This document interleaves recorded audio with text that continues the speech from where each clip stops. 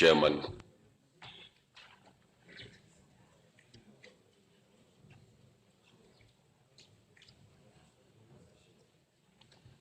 Thank you, Mr. Speaker, sir. Mr. Speaker, sir, I would like to move a motion that this House adopts a report of the Budget and Appropriation Committee on the Kisii County budget estimates for the financial year 2025-2026, Mr. Speaker, that was tabled today in the morning. Mr. Speaker,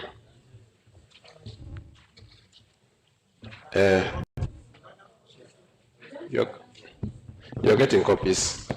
You know the problem we have as an assembly. You are trying to sort it out. You're getting copies.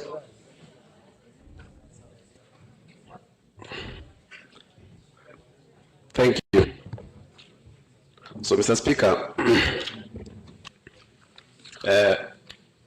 on behalf of the Committee of the Budget and Appropriation, and as mandated by the Kisii County Assembly Standing Order number 207, it is my pleasure to present to this Honorable House the committee report. Order, honorable members. Proceed. It's my pleasure to present to this Honorable House the committee report on the estimates of revenue and expenditures for the financial year 2025-2026 and over the medium term for the County Executive and the County Assembly. Mr. Speaker, the Kisii County budget estimates for the financial year 2025-2026 was submitted to the County Assembly and tabled on 29th April 2025, pursuant to Section 129 of the Public Finance Management Act of 2012. The estimates were committed to the Standing Committee on Budget and Appropriation and the Secretarial Committee for interrogation so as to make recommendations to the House. Mr. Speaker, the Committee of Budget and Appropriation is mandated to review the budget estimates for both forms of government and can report to this House that preceding budgets have had a fair share of challenges with regard to compliance with the generally acceptable best practices in fiscal discipline, transparency, and accountability. The review of the budget estimates for the financial year 2025-2026 has come at a time when the economy is grappling with high cost of living, high unemployment levels, and unprecedented inflation. Therefore, notwithstanding the challenges we continue to face during budgeting, it's crucial to realign our budget priorities in the medium term and put more emphasis on measures that will direct more resources towards economic prosperity. Mr. Speaker, it is imperative, therefore, that in spite of our economic challenges and limited resource envelope, our budget will play a central role as the government responds to the various economic shocks that spur economic developments of the county. The committee strongly supports aggressive government actions that pay special attention to the needs of those living in poverty and who are particularly vulnerable to devastating health, environmental, and economic impacts. To meet the unparalleled challenges, the committee has proposed a rapid shift in priorities to realign spending policies accordingly. The policy framework of the 2025-2026 budget is therefore anchored in a response and recovery strategy that comprehensively addresses government intervention matrix geared towards provision of economic stimulus packages to the poor and those directly affected by the rising cost of living. However, while these interventions will demand swift and decisive actions, it will nevertheless require honesty, transparency, committed engagements, and above all, public trust in implementation of the projects. Mr. Speaker, on page number 3, we have the committee mandate, and everybody is aware of the committee mandate of the Budget Committee. Mr. Speaker, on page number 4, we have the committee members who actually participated in preparation of this report, and their names have been indicated on page number 4. Mr. Speaker, I want to say that according to the law, the members of the public were engaged in public participation exercise that happened between 10th and 11th of June, Mr. Speaker, and as it was advertised on a newspaper, the Standard newspaper of that 1st May 2025. So the public participation exercise was conducted in our various sub-county headquarters, and the reports of the public participation, Mr. Speaker, are with us, and they're also key in drafting this report, Mr. Speaker. Mr. Speaker, the Budget Committee held a series of meetings that happened in various places of the country, Mr. Speaker, after sectoral committees, Mr. Speaker, had sat and given their proposals, Mr. Speaker. Mr. Speaker, I want to confirm that also the members of the executive came to the budget committee and they also gave their views, and actually they also gave the projects which could be paid in this financial year and projects which would be carried forward, Mr. Speaker, and those projects are attached to this report, Mr. Speaker.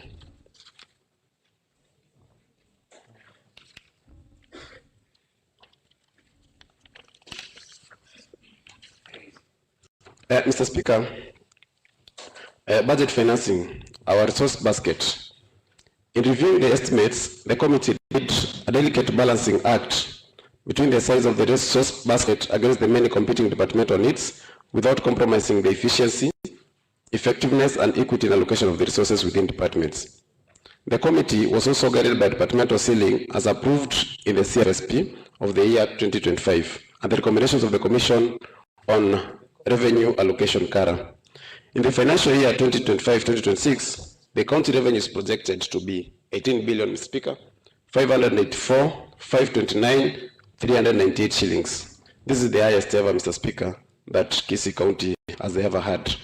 Comprising the transfer from national governments, loans, and grants estimated and spent balances from the current financial year 2024-2025 and our own source revenue, including collections from the KTRH and also the FIF fund. Mr. Speaker, our resource basket is summarized in a table indicated table 1. So you can go through table 1. Our equitable shares risen to 9.7. You can go through and see what has been provided there. But on what was presented to this house, on the NIDA, which was 11,992,500 shillings, there is a deduction of 3,136,500. So you go through page 7 or through to page 8. Mr. Speaker, we have our current expenditure, and the recurrent expenditure has been summarized on table number 2. So members, you can go through table number 2. Table number 2. Then we have the development expenditure. It is indicated on page number 10, running all through to page number 11, and summarized in table number 3. But our total development expenditure stands at 7,196,409,467. Mr. Speaker, I want to make it clear that this also includes the unspent balances. So the recurrent expenditure, the total for recurrent expenditure stands at 11,388,182,931 shillings. Mr. Speaker, the County Assembly budget is indicated on page number 12, and there is a table there, table number 4. This table number 4 has a total, it has a total recurrent budget for the County Assembly standing at 1 billion, Mr. Speaker, 51,440. Sorry, Mr. Speaker, it's 1,51,143,180 shillings. So that is what we have for the County Assembly, and I think in recurrent in development for the County Assembly would be having about 18 million, Mr. Speaker, and this will be facilitated from the County Executive. Mr. Speaker,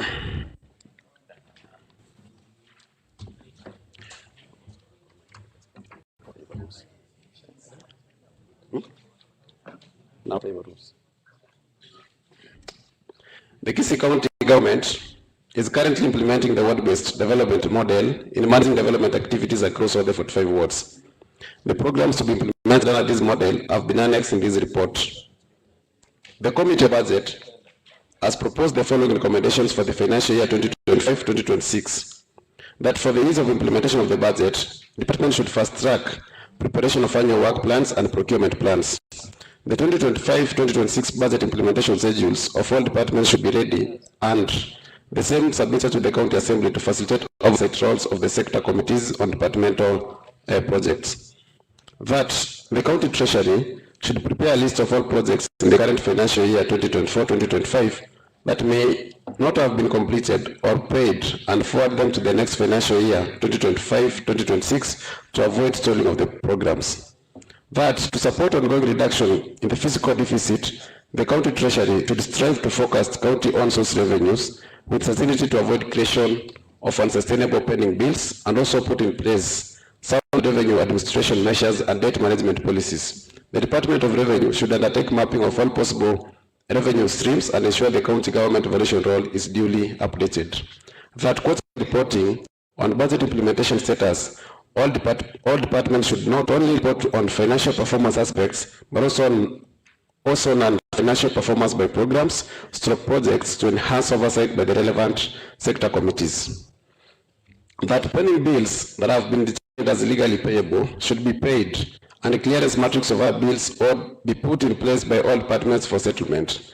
The county treasury should come up with a framework for the completion of stalled and ongoing projects by ring-fencing funds in financial year 2025-2026 budget estimates to ensure completion of all projects. That the county treasury should enhance consultation with the Office of Control of Budget to clearly determine budget items by economic classification and align the same in the budget to avoid confusion and budget revisions. That the county assembly should strengthen objective oversight of departmental units by empowering of the technical staff and members of the county assembly to ensure regular reviews of sectorial reports and follow up on House recommendations. Mr. Speaker, attached with this report are recommendations, are project details, Mr. Speaker, on ward-based. Mr. Speaker, we had a ward-based of 27 million, but under that 27 million, there's purchase of machineries, which is 10 million that every member was contributing. So you can look on an annex that has been attached to this report. We have all the wards site from Bobasiko sub-county. We have Bonchari sub-county. All wards have been indicated, Mr. Speaker. All the 45 wards are in this annex, Mr. Speaker. And members can go through these reports to ascertain whether what they propose is what is captured in this report. Mr. Speaker, we have reports of the projects which have been carried forward, and all the departments have forwarded those reports. Some are ongoing, some have been completed and have not been paid. Some actually the payments are complete. So all these reports, Mr. Speaker, they've been attached in this report.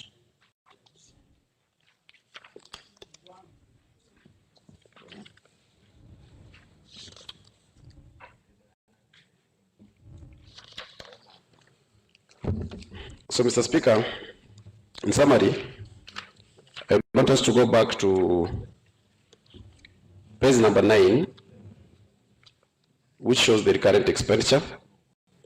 And in that recurrent expenditure, Mr. Speaker, I indicated that we have a recurrent expenditure of 11,388,182,931.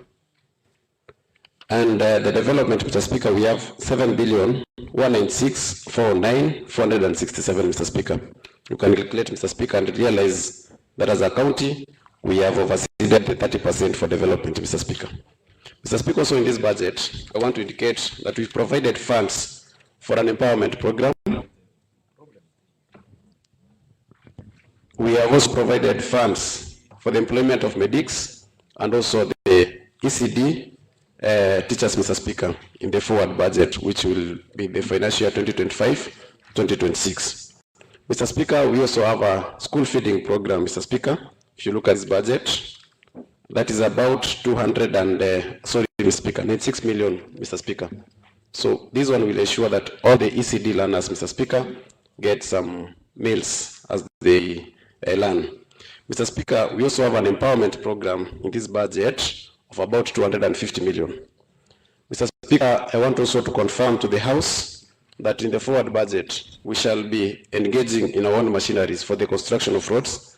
Because, Mr. Speaker, we realize that if we have our own machines, it will be cheaper, Mr. Speaker, to manage our roads. So we will sit down and agree on the kilometers that every ward will get. Then, Mr. Speaker, it will actually help us Also, in case of emergencies, Mr. Speaker, we normally have a problem, especially when you find that somebody has died and people need a road that will access that home, Mr. Speaker. We don't have machines. So we've provided around 1.8, Mr. Speaker, billion that will be used to purchase the machines, Mr. Speaker. So, Mr. Speaker, I want to ask the House to support this report, and I would like to invite the Honorable Deputy Speaker to second the report. Yes, yes. Honorable Speaker, I also want to thank the Chair for Budget for the work well done, and for the first time he has been brief, because the previous budget reports he has taken 2-3 hours to be able to read them. Today he has been able to summarize. Honorable Speaker, I want to thank the members of the Budget Committee for the work well done and for burning the midnight oil to be able to present this document to the House. I have noted a few challenges here and there, but we want to agree that we can be able to raise them during our debate. I therefore second the Budget Committee report. Thank you.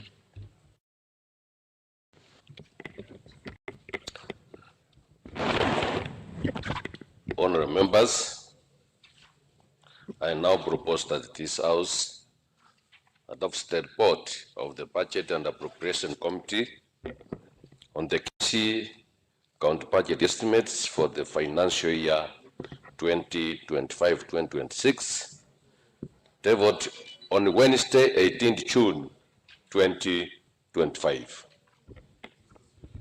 Yes, Leader Minority. Mr. Speaker, I do not want to oppose this report, but I want members to get a bit of time. We need about 1 hour to read this. Mr. Speaker, I've quickly gone through the carry forward projects. In my ward, Mr. Speaker, Kiamowere Mbanda Road, which was there 2.8 million, is not carried forward. And also the other day, Mr. Speaker, the road that I brought and the committee called the CEC for roads came to talk about, which is under construction, called Nyamotaro Size Road, is not carried forward, Mr. Speaker. And that is in Maran Ward, and I believe there could be other wards that have not been quick to look through. So I want that, I urge, we take a bit of time so that we carry forward these projects, Mr. Speaker. Because if we don't do this, then many wards are going to lose out. And if we pass without carrying forward, Mr. Speaker, we'll be able to lose out. So I'll seek just a few minutes for members to go through so that we are able to give to the chair what is carrying forward, what is missing. Because it's largely 90% of what we want is there, so that we are able to go through and support the report. So I know I can sit the front carefully by the 45 members to see what is there, so that we are able to carry forward and move as a House.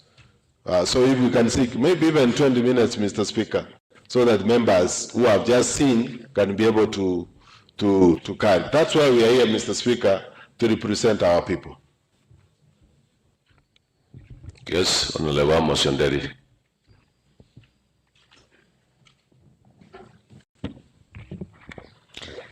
Thank you, Honorable Speaker. And thank you, Chair, for this report. Honorable Speaker, I also wanted to address the Chair that throughout this exercise of budget making process, I have heard a song that let's carry forward the projects that have not been paid, Honorable Speaker.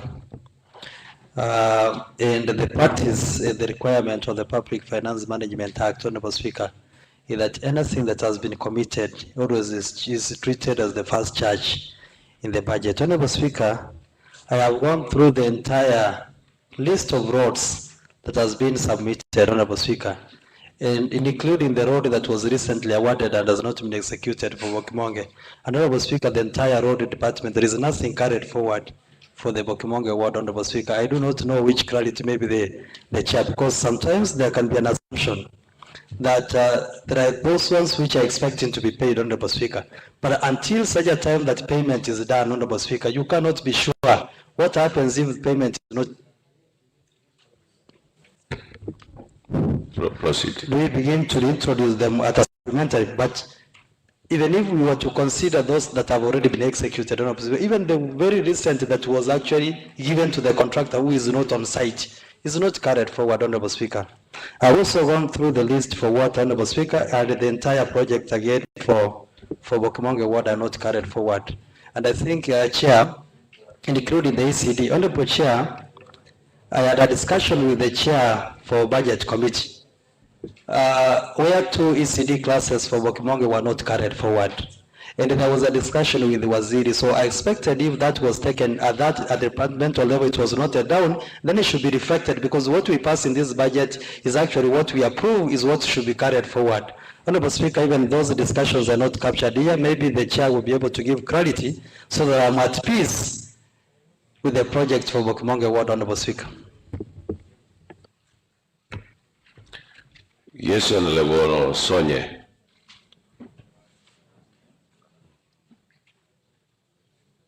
Honorable Speaker, I also wish to state, as my colleagues have stated, and I will wish to support what Reader for Minority has given to the House, because I can also confirm from what I see in the budget that we have been given.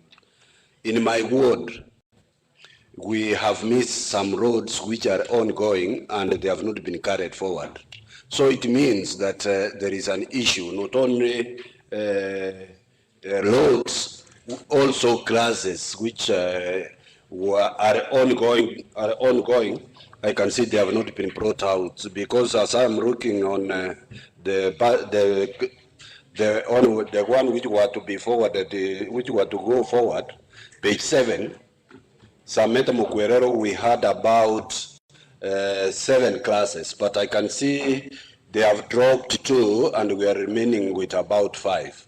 So it is important that we take some little more time, look at this budget, maybe 1 hour as the Reader of Minority had suggested, in that we'll be able to bring everything into book, and then we will pass the budget as it is. It is good that we do the amendment before we pass it. Thank you, Honorable Speaker. Yes, Honorable Ongeli.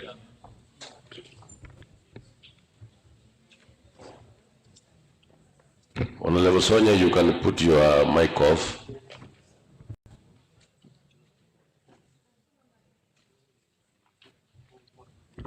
Thank you, Honorable Speaker. Mr. Speaker, I want to raise a concern on the ward-based projects that have been captured for Majoge Bus. And yesterday, I did raise a concern about the description of a project. There's a project that is indicated completion of Tunta Dispensary. Mr. Speaker, this is a multi-year project that is ongoing, and we have already done the groundwork. We are going to, the amount that has been allocated here, 3 million, will be doing the first floor. And therefore, the description should not be completion of Tunta Dispensary, it should be construction of Tunta Dispensary. Thank you very much, Mr. Speaker.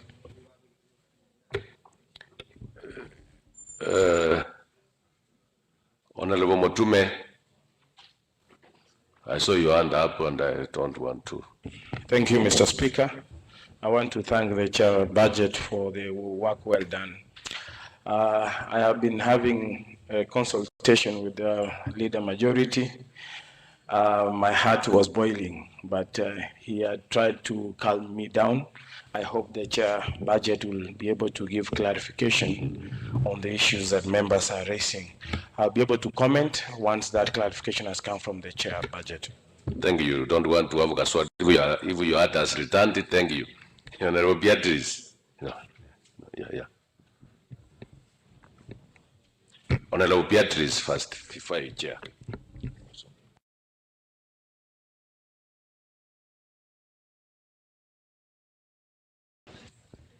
Thank you, Honorable Speaker, sir, for giving me this chance to also air my views. I have 3 concerns. One of my roads known as Riemugaka, which has been awarded, is not appearing. My 2 ECD classes, Riombasa ECD and Magenge ECD classes, worth 3 million, are not appearing even after consulting yesterday with the Waziri and the chair budget. And there is this Mogonga market toilet of 1 million, whereby people have been demonstrating over the same toilet. It has not been awarded. It is not appearing. Honorable Speaker, thank you. Honorable Chair Budget, you have heard the issues listed by honorable members, and it is a closed board. No, order.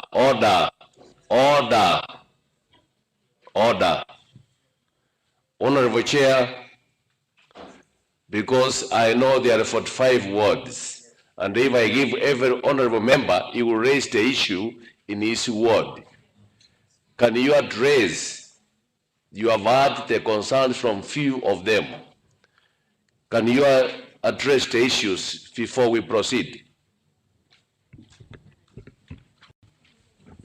Thank you, Mr. Speaker, sir. I want to confirm that the issues that members are raising are genuine issues, and as people are representing people who have their projects in the current financial year, they should be worried, Mr. Speaker. But then I also want to confirm that all the projects in roads have been carried forward, Mr. Speaker. It's only that there is not that list in the annex, but I have a soft copy. And yesterday, Mr. Speaker, I called all the members to confirm their projects. I gave out the list for ECD for those projects, Mr. Speaker. You were here when I was telling members not to go and confirm their projects before they proceed. Mr. Speaker, some came and confirmed, some did not even come to confirm. But then, because we want to move forward, Mr. Speaker, I have a list with me here of all the projects in the Department of Roads, Mr. Speaker. So, somebody wants to confirm, can confirm, but for the one for Bukimonge, Mr. Speaker, I've confirmed it's forwarded. The one for Maran is forwarded. All the projects, Mr. Speaker, for roads have been forwarded. Actually, a total of almost 1.6 billion, the Department of Roads have been forwarded, Mr. Speaker. So, members of the County Assembly should not be worried about the department. The only problem is it was not printed to be attached in the annex, Mr. Speaker. I think there was an oversight, but I can work with the clerk to ensure that it's printed and Order. Yes, Chair. I'm sending a copy to the clerk to print that copy, that annex for roads. It will be brought here, Mr. Speaker, in the next 10 minutes. Order. So, Mr. Speaker, to make it easy, let me send a copy on WhatsApp on the group of 45 elected leaders, Mr. Speaker. So Chair, yes. order. I am directing that you have a clerk. Chair, I am directing that you send the soft copy to your clerk so that honorable members can get copies as we proceed, so that we don't want to have any doubt. So just send a soft copy to the clerk. Let us get copies as we proceed, so that each honorable member can get satisfied with his projects as we move forward. You see, when I talk about projects, I don't know, roads, water, agriculture, it is all projects of every honorable member. So I am not specific here, it is all a project. If it's about Malan, it is his projects. Senior, Honorable Munyenye. Thank you, Mr. Speaker, sir. First, I want to thank the chair, budget.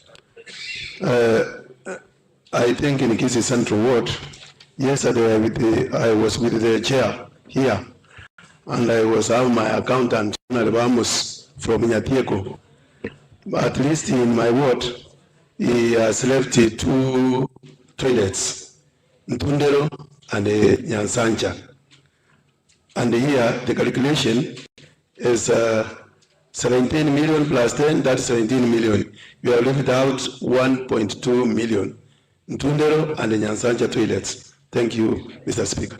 Honorable members, let us get that copy. then we proceed. Just 1 minute, Honorable Richmond, Chair of Culture. Thank you, Honorable Speaker. Honorable Speaker, I think the issues are so pertinent that we cannot proceed without, but as Army have just confirmed, I'm told from the department, especially the Department of Roads, everything was carried forward. It's only that we are having an issue with the printers. When they print, since they do it in a hurry, they have just left some pages somewhere. So we can maybe direct the clerk, as you have said, to do it. You know, Chair, on order.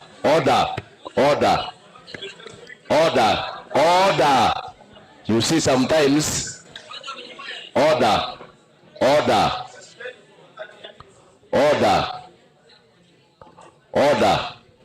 You know, sometimes you like to be like the speaker because already I have given the election, but it is okay if you want to repeat it, no problem. You know, we are saying the chair is sending the copy to the clerk to print so that they can be available in this house. Other members, I have ruled that the chair would have failed the list. What do we need to do? This is an issue which was raised by Honorable Mbaji, who is the majority leader, and we have agreed. So I respect if I give you a chance, you are not speaking of the same issue. Yes, point of information, but not on the same. Thank you, Mr. Speaker. I'm not standing, Mr. Speaker, to challenge your ruling, but you can see the mood in the House, Mr. Speaker, and I'm requesting that because if we wait for the time, the entire document to be printed for the 45 members of this House representing the wards, it will take more time, and I'm requesting, Mr. Speaker, that you allow the chair Patchett to share the soft copy to the group of 45 so that the members can quickly peruse instead, Mr. Speaker, maybe of waiting for the hard copies.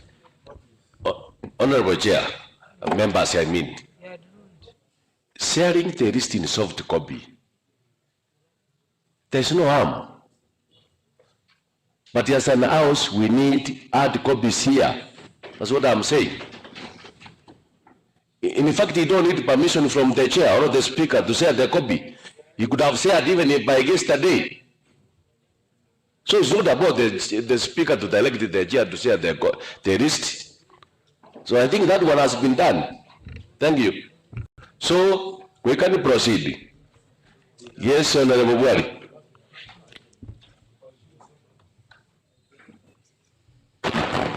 Thank you, Mr. Speaker. And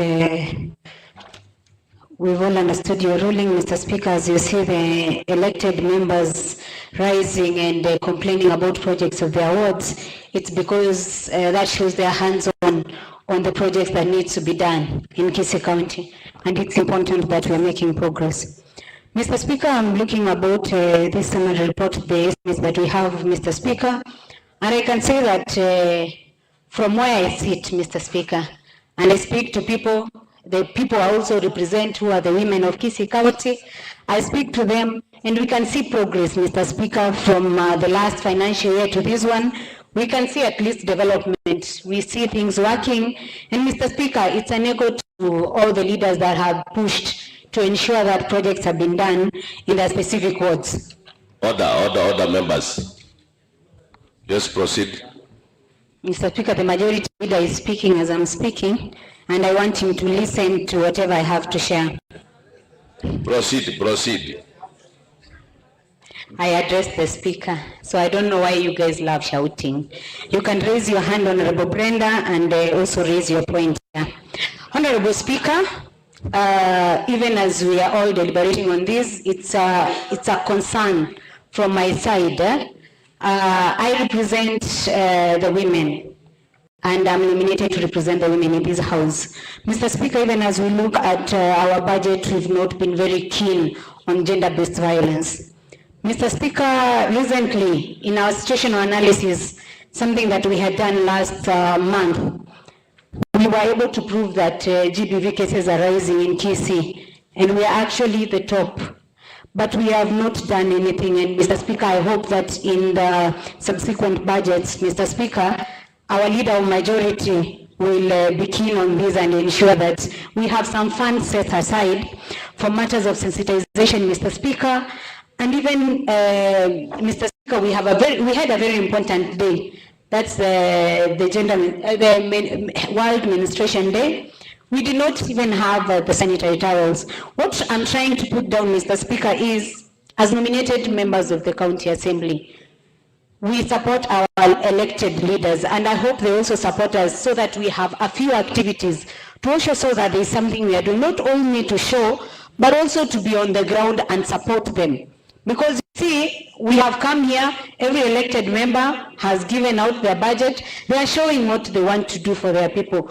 But Mr. Speaker, what do we have to show as the women of this house to our people out there? That we also need to get out there, take even sanitary towels. Mr. Speaker, even in the most important days of the county, when we are supposed to celebrate the days that we celebrate, even Mr. Speaker, the GBV, the 16 days of GBV, we do not allocate any money.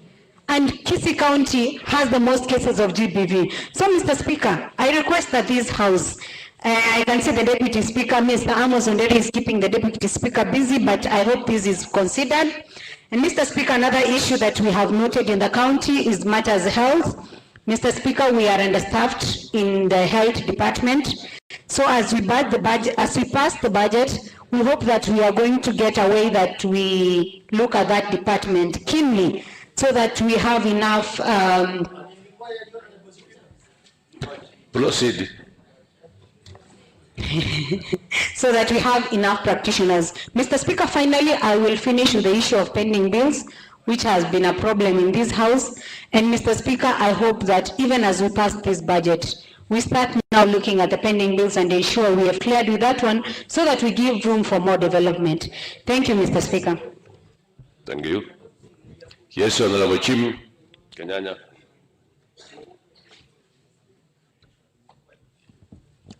Thank you, Honorable Speaker, for according me the opportunity also to raise some concern in regard to this budget. From there are some departments which have not been captured, especially the lands and fiscal planning.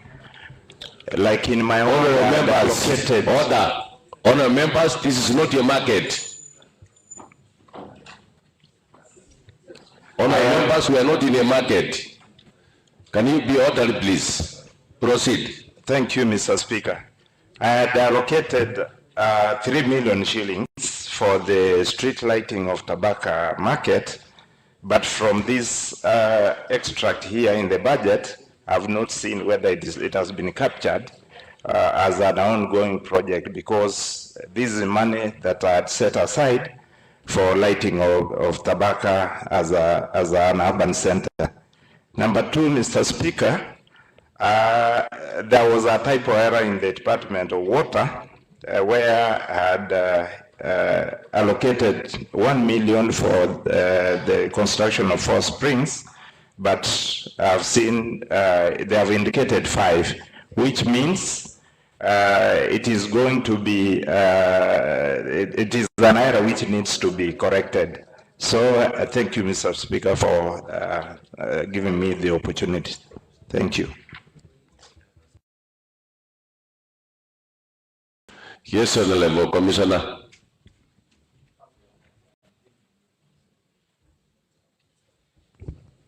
Honorable Speaker, I appreciate this opportunity to also make my contribution in as far as these budget estimates are concerned. Allow me to start by really thanking the chair and his team, the budget committee, for bringing the proposals before us. And particularly, I am very grateful about the allocations that have been done towards the health department. For a very long time, Honorable Speaker, staff who come from our various hospitals have raised concerns about their remuneration. And it is important that we acknowledge the fact that the Budget Committee has put aside some funds to make sure that these health workers, their outstanding payments have been made. Also, Honorable Speaker, allow me to point out another positive contribution from the Budget Committee. There is budgeting for community health promoters. Honorable Speaker, Order, leader minority, leader majority, order. Minority whip. You are supposed to whip them, instead you want me to whip you.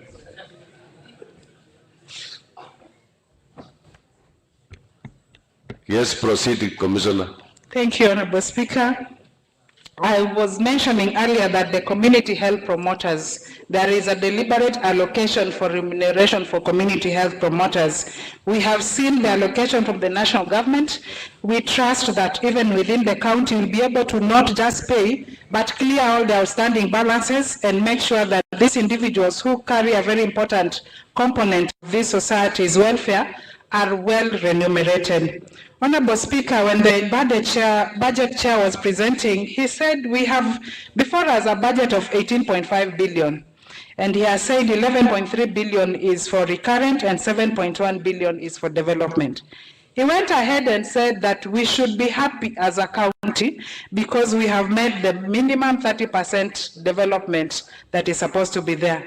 Allow me, Honorable Chair, to challenge that position a little bit. The truth is that out of the 7.1 billion, 3 billion is carry forward. And this 7.1 billion is catering for 2 financial years. So the whole truth is that if you spread this 38% into 2 financial years, we have not reached the minimum of 30%, which is expected every financial year, Honorable Speaker.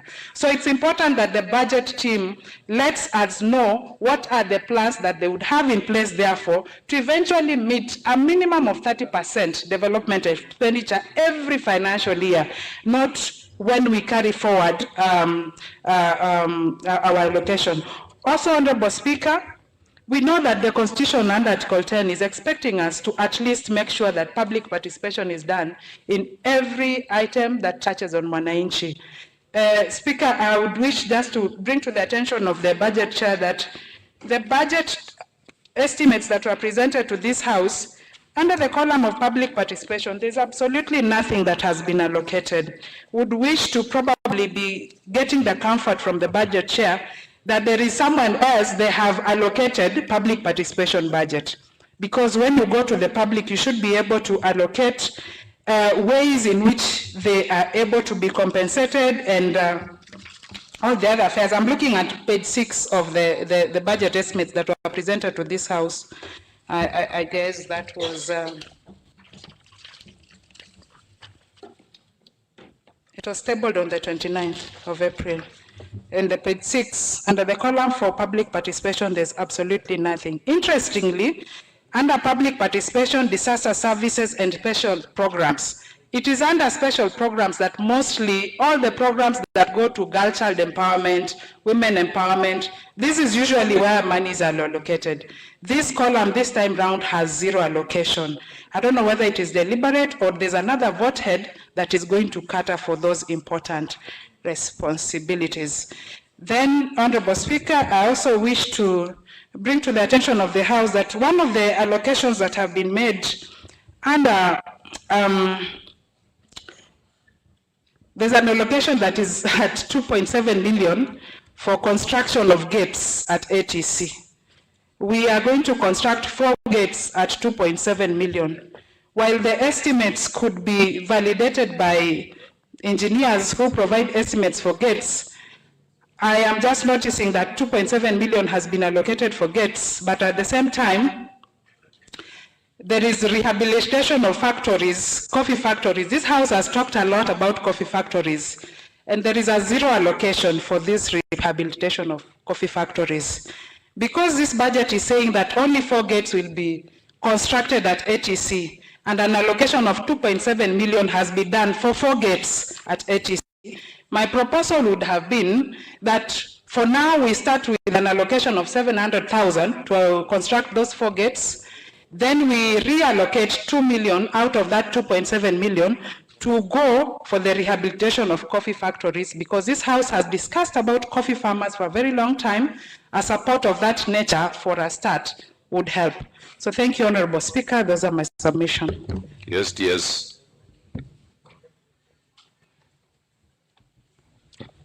Honorable Speaker, from the onset, I support the report by the Budget Committee. However, concerns have been raised, and these concerns actually touch on the people that we represent. And I wanted to be of the opinion that the current report has annexures, and the first annexure is the departments of water. There is an annexure for the Department of Education, and the Honorable Chair has also brought the annexure for the Department of Roads. All of them touching on the project that belong to the current financial year. And the concern of the members is they are not sure whether these current year projects have been carried forward, whether completed, not tendered, or awarded but not done. We wanted to agree by resolution of the House that let all the projects belonging to 2024-2025 be expunged from the record, and the Honorable Chair for Budget ensures that all the projects, whether they are just currently awarded, not awarded, ongoing on the ground, but so long as they are not paid, that all those projects must be carried forward so that no ward loses any money. And therefore, if we rely on the current annexures, it will be very difficult for us to proceed with this debate, because myself in Masiga West, I do not see a toilet or a pit latrine for Riyabo Primary School. So the only way we can be able to cure this, because it means we go back to Kamkunji and start discussing, is to completely dispatch the records on the next years and agree that we are proceeding the discussion of the budget with an agreement or a decision of the House that all projects in the current budget not paid must be moved forward for us to be able to pass the budget. And I want to ask the Honorable Amos Onderi to support. Yes, Honorable Kimonge. Thank you, Honorable Speaker.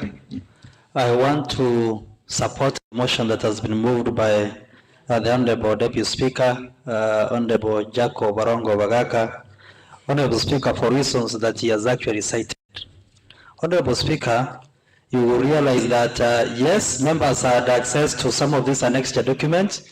They made amendments, but most likely those amendments, we have not reprinted the other documents which will be having those amendments. And if we proceed with this and adopt this report with these annexures, Honorable Speaker, it will be misleading to this House.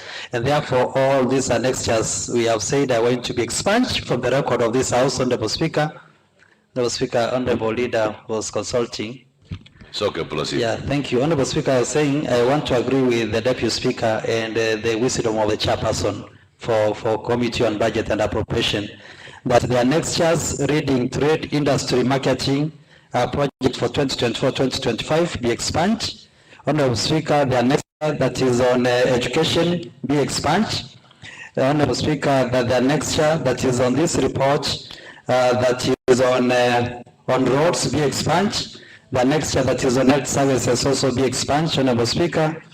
And all of them, all the annexures be expunged, except the annexure, Honorable Speaker, that is having ward-based project, because that then is part of the report of this House. So the other annexures be expunged. And then a resolution, Honorable Speaker, that you will put a question is that all the projects that were in the previous financial year, 2024-2025, that have not been paid so far at the conclusion of this budget be carried forward into the budget of 2025-2026, Honorable Speaker, and I support. Yes, Honorable North Reader.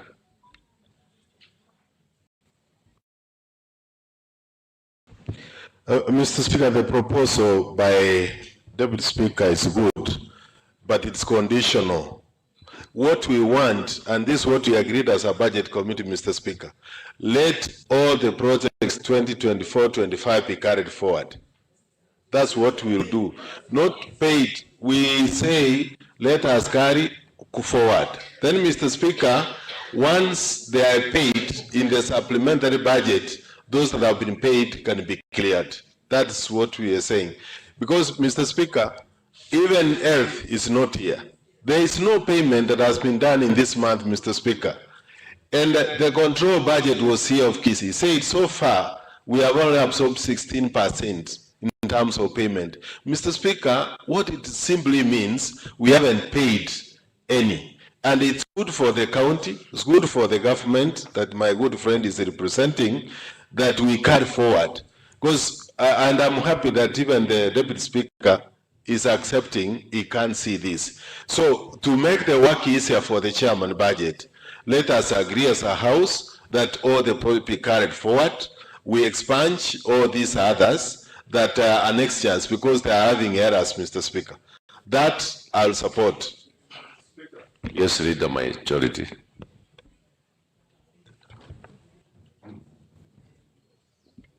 Thank you, Honorable Speaker. Honorable Speaker, Honorable Mbachi, what you've talked and what the Deputy Speaker has just said is one and the same thing. Let us agree as a resolution of this assembly that all the annexures which are in the report, Honorable Speaker, be expunged, and we agree that all the projects, Mr. Speaker, which have not been paid be carried forward, Honorable Speaker. And as a government, Honorable Speaker, in fact, we are the people, Mr. Speaker, who needs those projects more than anybody else. And as a house, we should give a resolution. And in the report, the chair is just giving me, if you allow me to read, Honorable Speaker, or let him read the report alone. Mr. Speaker, as a house, let us give a resolution that all projects which are pending and have not been paid, which are on, be carried forward, so that we allow, Mr. Speaker, you put a question, we expunge the annexures, we agree that we have to carry all those projects, Mr. Speaker, so that if they be paid, like the leader of minority has said, when we come to the supplementary, Honorable Speaker will be able to do away with them. Thank you. I support. Yes, Honorable Gugu.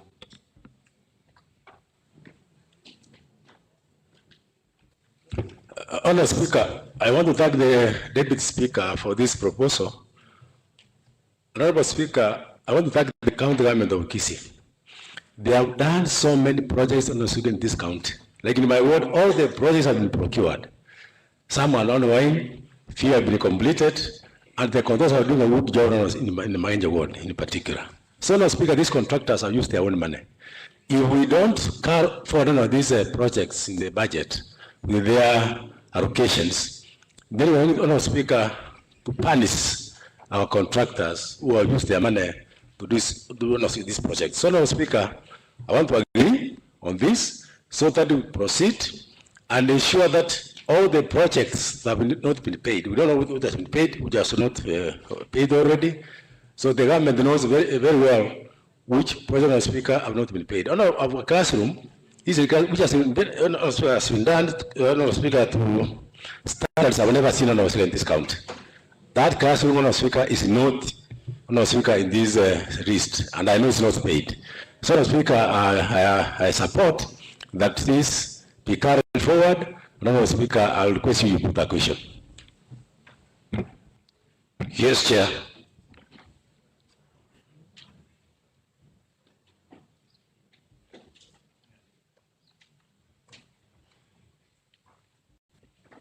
Thank you, Mr. Speaker.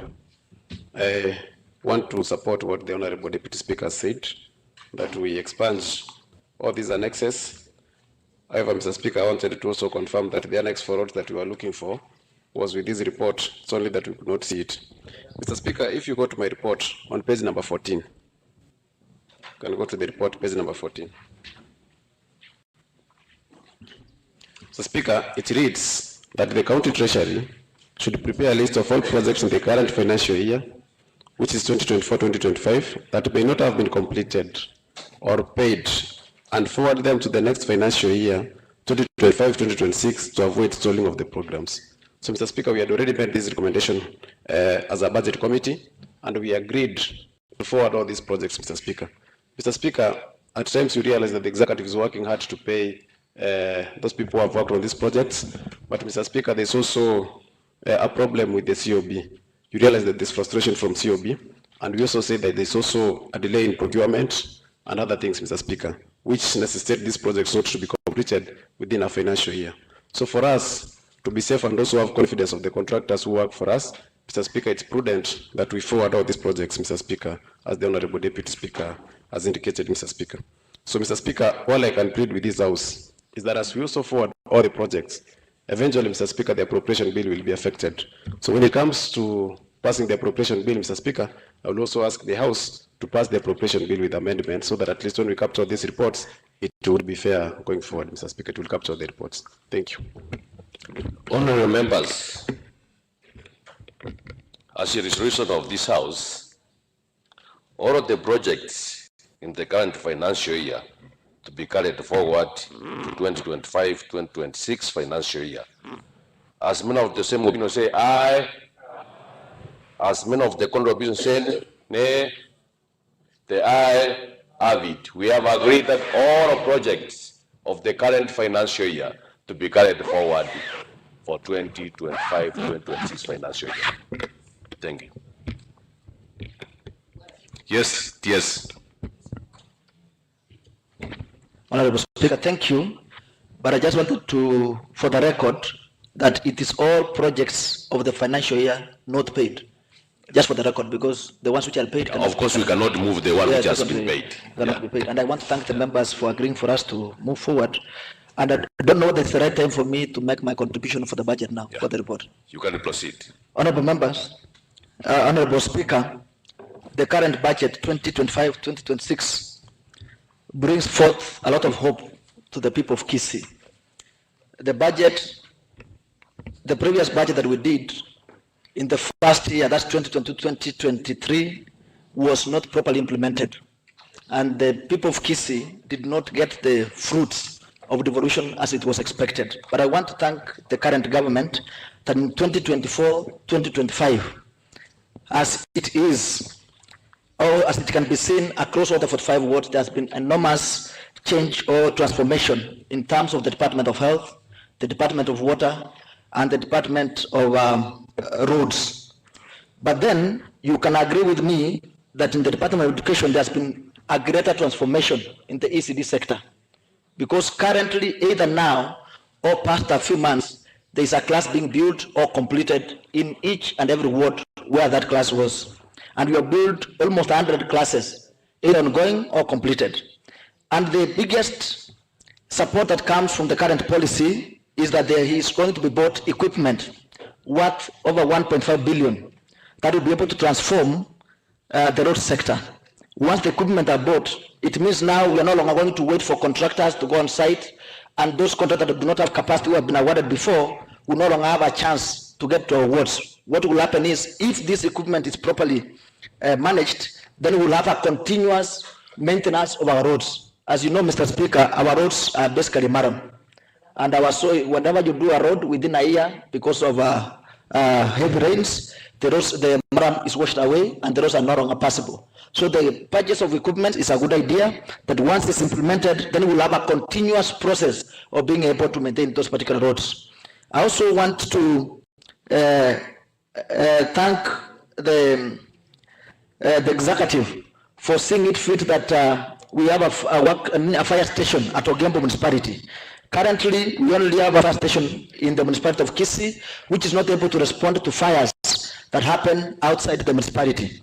Therefore, the construction of a fire station and the purchase of one will be able to extend those critical services closer to the people. Most people can agree that this current government has built a lot of dispensaries and hospitals across the 45 wards. In my very own ward, we have built Riabo Mother and Child Hospital, which is 70% complete. We have also been able to build Nyabisia Dispensary. We were able to equip Mosaria Dispensary, and we are upgrading into a level 3 hospital in this current year. What now remains is employment of nurses and critical care service providers. And this budget that we have here today, Mr. Speaker, provides for employment of up to 300 medical staff that will be able to support and ensure that these hospitals we have been able to build, we're able now to equip them and have the service providers so that we can be able to bring closer these health services closer to the people. Honorable Speaker, I want to ask the House, as we pass this budget, we agree that even if we buy those particular equipment for the roads, in previous administration, and the examples we have gotten from Narok County, which has done this before, if the equipment is not properly handled and the regulations are not met, we might not be able to achieve what we intend to do. I want to ask that this House, once the budget is passed, comes up with regulations to be able to support the management of those particular equipment to be able to serve the people of Kisii. My last comment, Honorable Speaker, is that at some point, I lost hope and thought that supporting Governor Simba Arati was a wrong thing, because everyone was saying anything negative about the current governor. But in the past 1 year, I have gone back to my ward, I have listened to many people, and I can agree that the governor had a dream, and that dream is starting to come to fruition now. And everyone who sits in this county, anyone who comes from more than 45 county wards, can be able to see that the transformation agenda that the governor had is now can be able to be seen. And I want to ask the members of County Assembly of Kisii to pass this budget, and of course with amendments as we have agreed in the Committee of the Whole. Thank you, Honorable Speaker. Honorable members, I think we are agreeing. And as Territory Minority said, of course, echoed by the TS, you know, sometimes when we are in this house, where there are also rules and the procedures, what we have said, it is that all projects, not all projects that awesomely, but all projects ongoing and not paid, because there are those projects which have been paid for the financial year. So we must be very clear that not all projects, because we say all projects for the financial year 2024, 2025, it means even those which have been paid. But we are saying all projects which are ongoing and not paid must be carried forward for the financial year 2025, 2026 as a resolution of this House. I think it must be clear like that, as the leader of minority side, and of course TS. Thank you. So let us concentrate our contribution to the current, because that one we have agreed, so that we can make the progress. Honorable Motume, before I give you leader.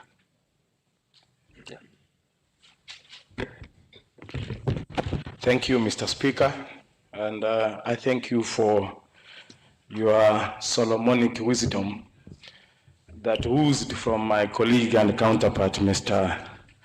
Bagaka Jacob, that we take forward everything that was in the previous budget. We thank you. Mr. Speaker, on record, I want to raise a point of correction on the budget, chair budget. On Trade, Tourism and Industry Department, the market indicated to belong to Chitago Borabu, Kolo Tanchi Market, belongs to Masige East Ward. So you can make that correction, Mr. Speaker. And also, Mr. Speaker, I've seen from the budget that we have passed that the Kionyo Market shed, already the voucher has been prepared. Mr. Speaker, I raise a concern here, and through the chair Trade, I raise an objection. Mr. Speaker, the Kionyo Market shed has not been completed. What has only happened there is that a roof has been made, but the worktops have not been made. So, Mr. Speaker, I request the chair Trade to follow up so that the contractor is not fully paid when he has not finished his job. Mr. Speaker, also... Yes, point of information. Point of information, Honorable Daddy. Honorable Speaker, I just wanted to let my good friend Honorable Motume that the document is referring to already expunged, and they're not part of the records of this House. So that if he is able to discuss, he can be able to limit himself to the word-based document together with the chairman report, because those reference documents are already expunged and they're not part and parcel of this House. Thank you. I think that's okay for. It's well election, understood, Mr. Speaker. Because now you can liaise with the chair and you. Thank you. Thank you, Dr. for being keen.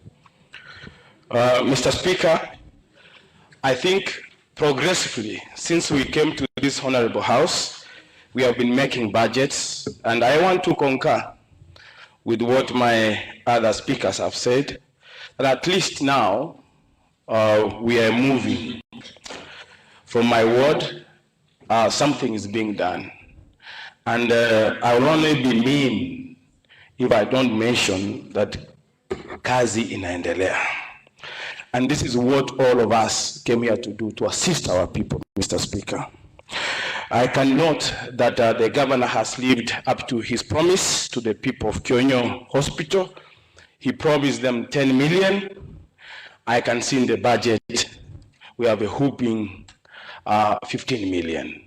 I have every reason to say thank you, Mr. Speaker, because he has lived up to his promise. And this money will go down to my ward to transform the health status of our people. I can also be able to note from the budget that money has been set aside to hire more medics.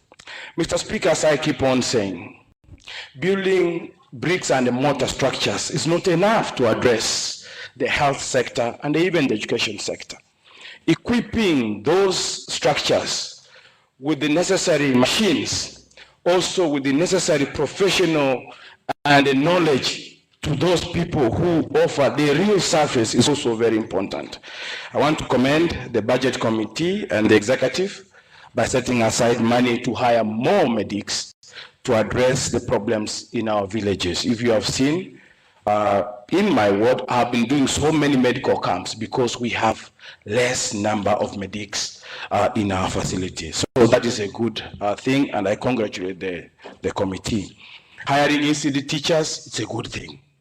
We are building many ECD classrooms. In my ward, the ECD classrooms I had, now I can say they are ongoing. Work is being done.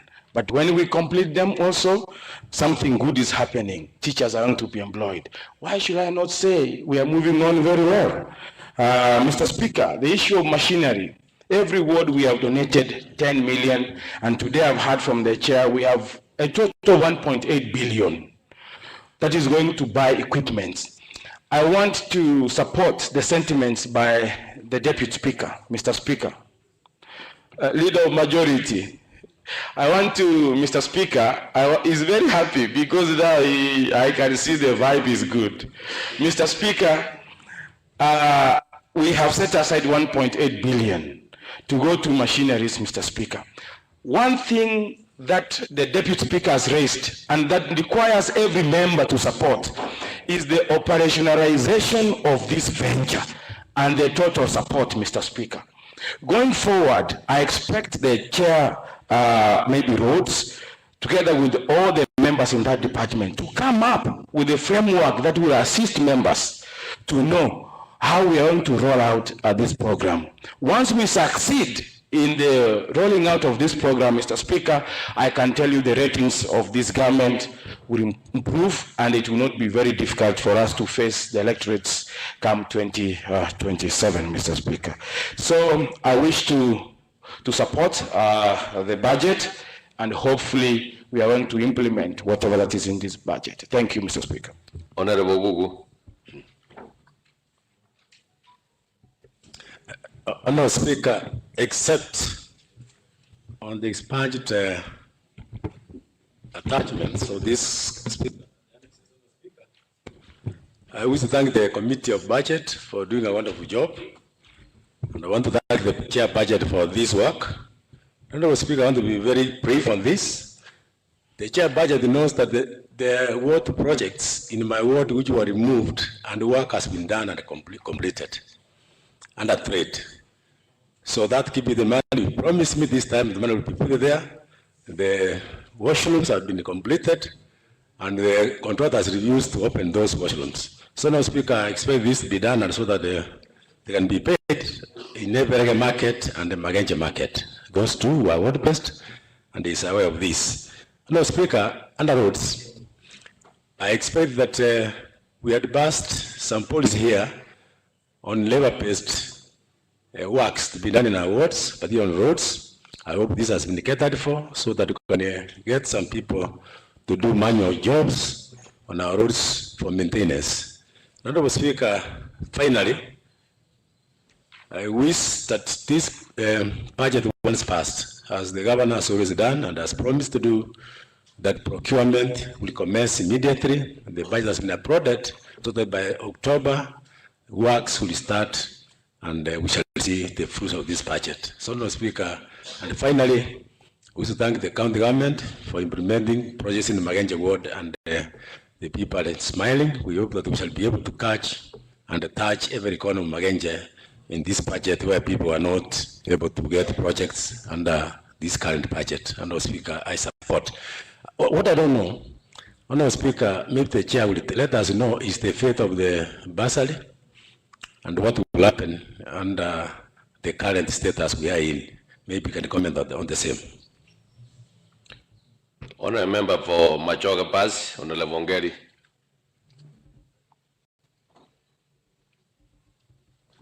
Thank you very much, Mr. Speaker. Mr. Speaker, I have an inquiry to the chair concerning the County Assembly budget for the financial year 25-26. Mr. Speaker, for the longest time, we have had an issue with our medical insurance cover, Mr. Speaker. And this time around, I'm seeing an allocation that has been put here amounting to 33,222,239 shillings, Mr. Speaker. That is under the County Assembly Legislative and Oversight Services, Mr. Speaker. But again, I'm seeing another amount that has been allocated under Administration Assembly Services, an insurance cost of 27,879,815, Mr. Speaker.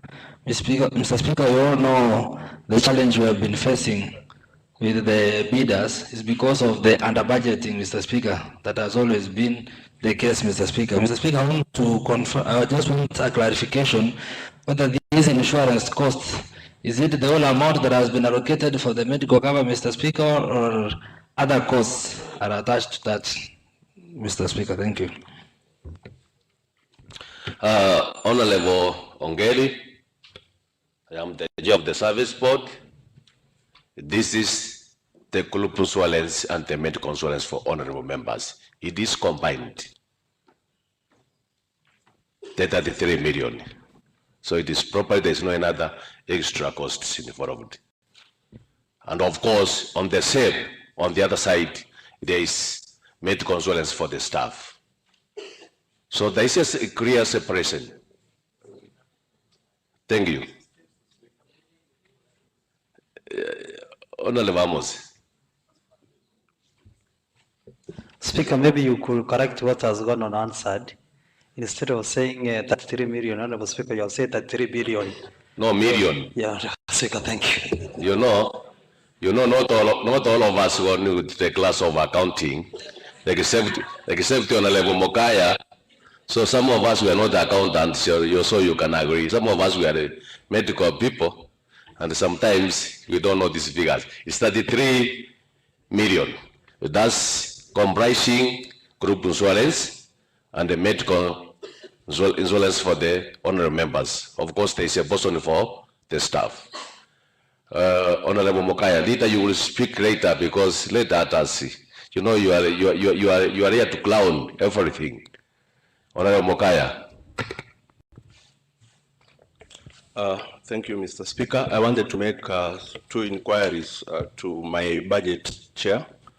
About recently, about 1 month ago, the counties won a case on the road maintenance levy fund of about 10.5. I wanted to know, I didn't get it clear from him. I wanted to know what is the implication of that, of the current budget, because we were supposed to be given that money before the end of this year. And then now, moving forward. Number two, it didn't come out clear. I know we, at the budget committee, we've agreed about the bursaries. I also want, Chair, if you can make it clear about the bursaries moving forward to our students that have been benefiting from the county. Maybe if you can make that clear for the purposes of the media. Thank you.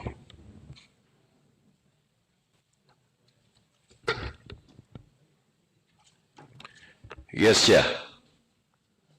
The concern of Honorable Mokaya.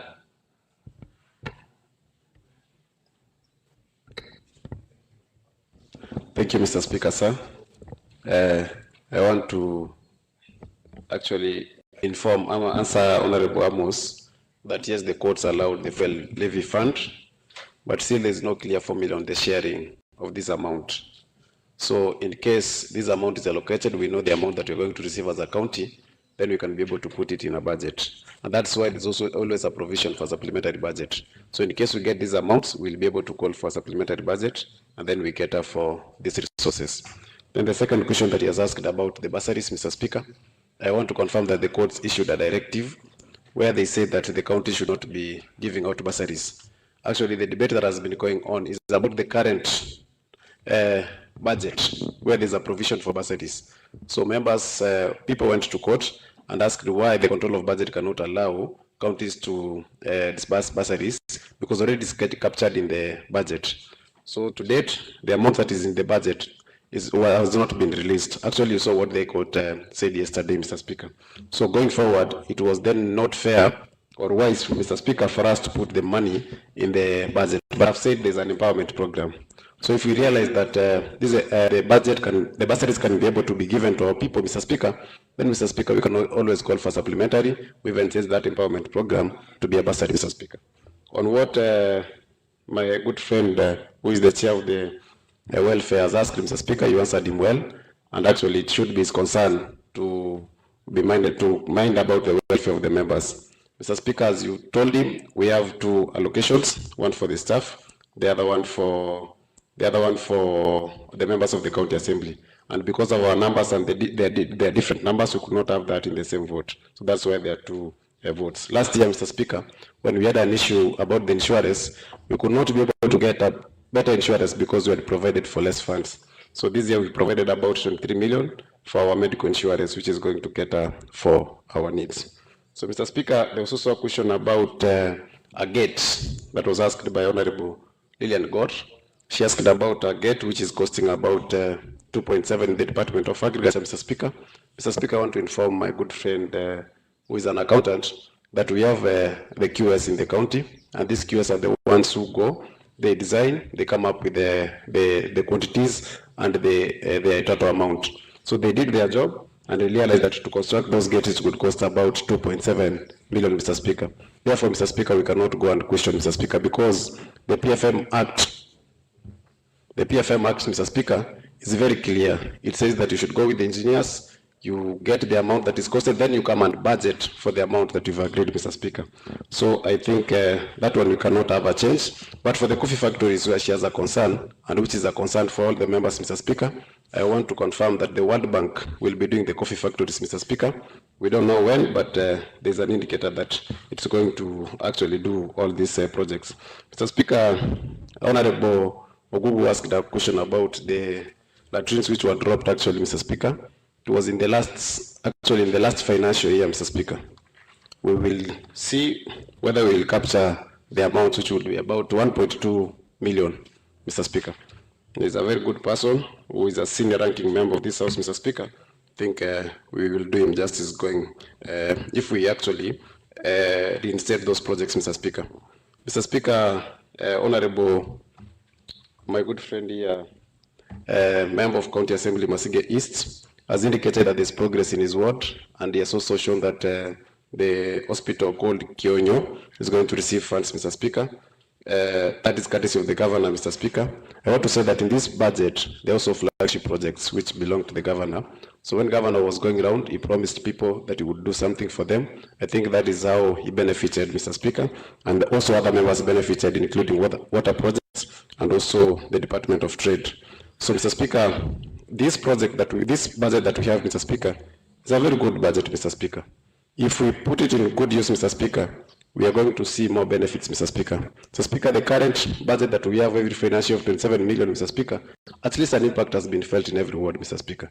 So what we have, plus the machineries that we are going to have, the flagship projects which are going to happen in every ward, Mr. Speaker, I'm sure development will be seen across the county, Mr. Speaker, in every ward. So I want to urge my members, Mr. Speaker, and I want to urge the whole House to support this budget so that it can pass. Mr. Speaker, you're also aware that the Assembly was affected.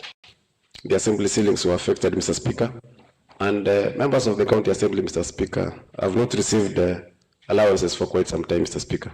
So the earlier we pass this budget, Mr. Speaker, the earlier it's uploaded in the system, and the faster we can actually start utilizing this budget, Mr. Speaker. So thank you, Mr. Speaker. Honorable member for Kiogolo, Honorable Walter Muchache.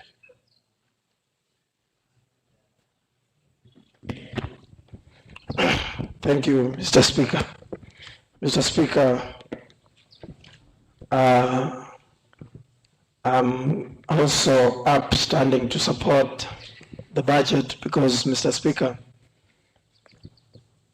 we've agreed that the other projects that are not appearing here have been taken forward and will be carried forward. So I'm happy and contented that all will be well. Mr. Speaker, a budget is a backbone of the county, and having said so, Mr. Speaker, our people will only feel the benefits of devolution if we have the budget implemented. Mr. Speaker, I can take this opportunity and agree that as a member of Kiogolo Ward, a number of projects have been implemented from the previous budgets. And that one, Mr. Speaker, I can give accolades to our implementation chair, Honorable Member from Ichuni Ward, for work well done. Mr. Speaker, as I indeed agree that implementation has been done and people are happy from our wards, I can also not forget, Mr. Speaker, to talk of some contractors who have failed us in one way or the other. Mr. Speaker, like from my ward, I have a contractor who was assigned to do some 2 roads back 2023-2024 financial year. But up to date, Mr. Speaker, that contractor has not completed his works. Mr. Speaker, I also have another contractor who was given works on ECD classes, particularly in Monuri Primary School and Boron's Primary School. But up to date, Mr. Speaker, those classes have not been completed. I recommend, Mr. Speaker, going forward, that before procurement is done and some contractors allocated works to do, let there be thorough scrutiny so that we can know their capacity and if they are able to complete some works that they need to do. That's when our people will indeed feel the beauty of the budget. Mr. Speaker, that one also tells me that these 2 contractors, who I cannot be able to mention their names at the moment, I think it is worthy blacklisting them and never to allow them do any other jobs in the county, because they cannot lag us behind for 2 or almost 3 years without any jobs done. Mr. Speaker, I'm happy and glad that the budget is considering to recruit more ECD teachers, and that one is a plus to our communities. Mr. Speaker, it is frustrating that the control of budget is guiding us to issue bursary, because we're recruiting teachers to help our learners, but we do not have resources to facilitate them just because of one person or one office. It is my urge that the control of budget gets to reason and see that indeed our people need these resources to push ahead our learners so that they can get education. Mr. Speaker, as I finish, I can't forget to thank His Excellency the Governor for the flagship projects that he has given around all wards. This equity is a plus to us. Mr. Speaker, checking on the previous regimes, some wards were favored than other wards.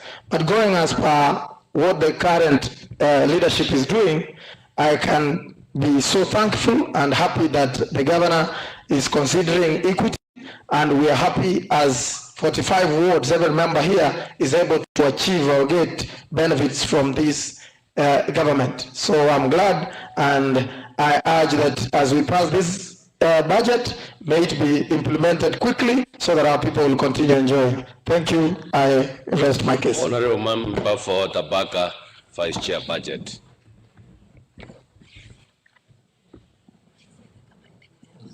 Good of Honorable Walter.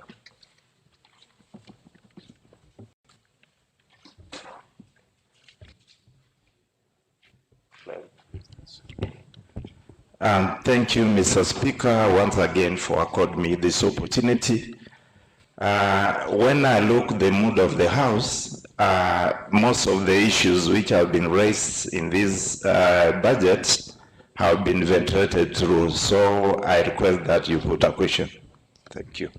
Honorable members, thank you for the discussion. And honorable members, I now put a question that this House adopts the report of the Budget and Appropriation Committee on the Kisii County budget estimates for the financial year 2025-2026, tabled on Wednesday, 18 June 2025. As many of the same opinions say aye, as many of the contrary opinions say nay, the aye have it. Next order.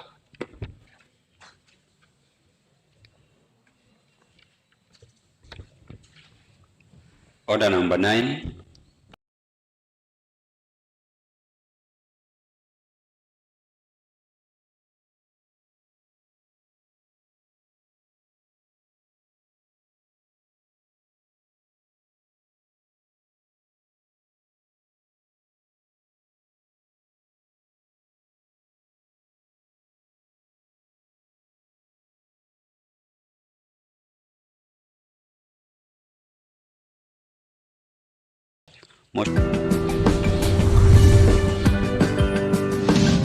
Etaya TV Oborabu Wagusi.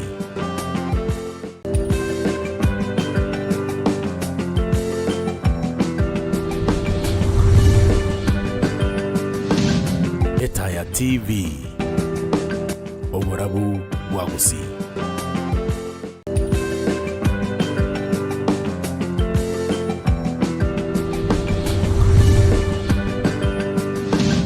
Etaya TV Oborabu Wagusi.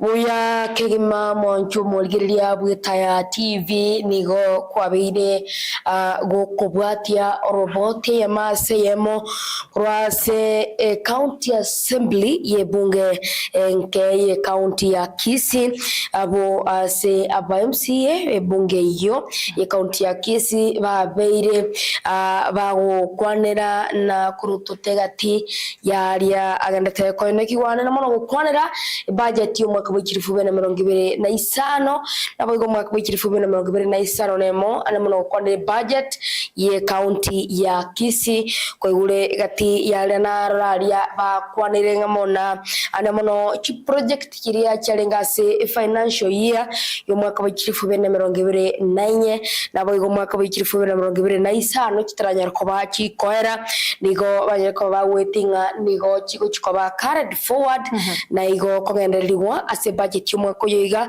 nabwo mwaka wikirifu bena 2025 nemo asoko ne kyanga contract on the ones that which wakanwa ataranya ko bakagukora emirimo ya abagetebe godaya nabo narorire na aba MCA abange babere bagoteba ati omugavana we county ya Kisii obere kago deliver bagoteba na deliver according to his promises kiri abetega kuriera abana inchi ase ward emerongene na isano county ya Kisii yes county ya Kisii otembire kegima at least kire county neroche amagendero kwarorire chinse moibere aliche bunge bonsi ba chira so bwamo batebire ne budget yigambiye majino roboti bali kurwase bunge igoro ye budget ena kibabete bakonya allocate gocha igoro yamagendo buna abeire naruragali aba MCA bande bateana andake asenaro konyorana documentation yiga asenare bintu mbiro bitari inclusive malia igobono batebia the budget share uyole pito tachi wate bano yo monyerero ward achiko bagakurigire lakini rende ringana linene naruragali bonsi mbanchirana batebane budget ikosawa lakini rende na aliase chi some of the busamangana ali ataraba kagukorwa be carried forward naragalia omo deputy speaker nabaigo omo MCA omasige west nabakagoteba na mba yochikoba bagwakano chikoba carried forward igona igasi lazima echikoba gekogenderera eikira ni gwekegima bamana ko bagwakano nabo igona timanye tina aziza ekere budget yeikirwa sort about your wekiwa sense meyega ye bunge ya Kisii which means omo minister asense amaye nengo mba finance nero uchikoba kago some budget yega igotari maybe it will not take much time gona bwango igamba cha basome bone budget yiwe chia saba na inchi be county ya Kisii mo minister somebody abinja na chikoba kago nyesoma so that at least aba na inchi be county ya Kisii bamanye na so far so good kire wording kina kiebe kire so that amagendo yagende ko bagako ene kiwa korwa se nsm yiga ye county ya Kisii kolinda se obwa motogote bana aba MCA galia ba discuss ribuya bakwanira mange and as many of the opinion once batebana so the eyes had it as it kolyalero yes mwenchubulira negasi ya kolirubuya Diana ne timu ingima ya production bakoragwa na Joseph Mose Metselo Mwagi Silas Omweri timu ingima ta TV kora kyanga konyora tora ye maseyemo alianenge konekiwa anemonukura sense media ya assembly me county ya Kisii egento kya nagubate balia nkelinga omo kama kwe county ya Kisii obekire bosyo sana amagenderero ndimono gwagete bakolengana n'ikire kiri alirete abananchi